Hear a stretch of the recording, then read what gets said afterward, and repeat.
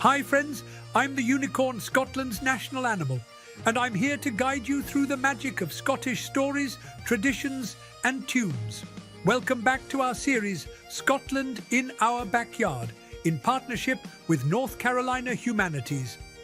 Hello magical friends, it's me, Ewan the Unicorn, Scotland's national animal. Today we're on a folklore adventure. Have you ever seen a chimney standing all by itself with no house around it? Well, in Scotland there's one just like that, and it's called Kelpie's Chimney. Let's find out the story behind it and why some tales become part of the land itself. But first, I want you to meet our fantastic friends from Folklore Scotland, Dave and Rebecca. My name's Rebecca Brown. I'm David White and I'm here from Folklore Scotland. It doesn't matter where you go, everyone has a story about something. So, your next door neighbour might have a story about a rock in the woods that no one else knows, but they grew up hearing that story about where this rock came from or its significance. Isn't that brilliant? Even a rock or a tree could have a story hiding inside it. In the past, before TVs or iPads, people would sit by the fire and tell these tales. It was how they passed down lessons. Sharing stories used to be how people entertained themselves, so they would all come by the fire and that was how they shared lessons. That was their version of watching a movie, was to tell a story. That brings us to the tale of the Kelpie's Chimney. Have you ever heard of a Kelpie? It's a magical water creature from Scotland. Some say it looks like a horse, but it has powerful magic, and it can be very dangerous. Long ago, in a place called Loch there lived a very wild Kelpie. But this Kelpie wasn't like others you may have heard about. It was a water horse that looked like a beautiful stallion on land, but turned into a scary beast when it dove into the water. Everyone who lived near Loch knew to be careful.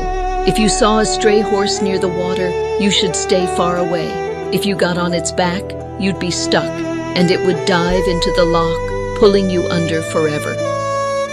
One day, a young woman was walking along the shore of Loch She saw a stunning horse, its black coat shining in the sun. She forgot the old warnings. I'll ride it into town, she thought. Its owner must be looking for it. But as soon as she climbed on, the horse galloped into the water. Splash! Underwater it changed. The horse grew tentacles. Its eyes glowed like burning coals. But instead of being afraid, the girl looked at the creature and smiled. She had fallen in love with the Kelpie. Even more surprising, the Kelpie looked back and fell in love too. He used his magic to let her breathe underwater, and they made a cozy home together deep below the loch. But winter came, and the girl grew cold. Every day she told her Kelpie husband, "I'm freezing." So, to make her happy, the Kelpie came up with a plan. He returned to land in his stallion form and waited outside the home of a master stonemason. When the stonemason came outside, he saw the horse and thought, "What a beautiful creature. I'll ride it into town. Maybe I can keep it." But as soon as he climbed on, he was stuck, just like the girl before him. The Kelpie galloped into the loch and pulled him under. The man struggled, thinking he was going to drown. Then he breathed and realized he could still breathe underwater. The Kelpie turned to him and said, "I accept your offer." The stonemason blinked. "What offer?" "You said you'd do anything to be saved," said the Kelpie. "I want you to build something, a fireplace and a chimney, so my wife can be warm." The stonemason was confused. "But fire can't burn underwater." The Kelpie just replied, "I didn't ask for fire. I asked for a fireplace and chimney. Leave the rest to me." So the stonemason got to work. He built the most beautiful fireplace the world had ever seen, covered in seashells and curling stone vines. When it was done, the Kelpie's wife was so happy she said, "I don't need anything else. This is perfect." The Kelpie kept his promise. He let the stonemason go and made sure he and his family always had enough fish to eat every day for the rest of their lives. And even today, in Loch there's a spot that never freezes over. People say the Kelpie's fire still burns below, and if you listen very closely, you might just hear the crackle of a magical chimney. So folklore can tell us a lot about the people in the past, and it can tell us a lot about ourselves. There can be different meanings for folklore for different people. And some people believe the stories, and maybe even a few fairies, came across the ocean to North Carolina when the continents drifted apart.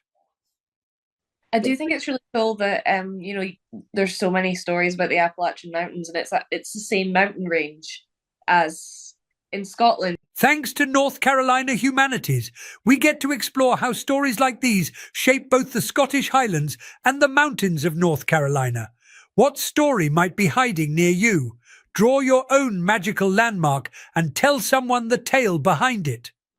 If you loved learning about this, please support our work with Scottish Arts by shopping our online store at highlandechoes.com. Friends, if you loved today's adventure, don't forget to give this video a thumbs up. You can find even more crafts, stories and Scottish fun at scotlandintheclass.com. And don't forget to download the free activity pack. This video is part of our Scotland in Our Backyard series, supported in part by North Carolina Humanities, a state affiliate of the National Endowment for the Humanities. Until next time, keep humming, keep dancing, and keep discovering your heritage.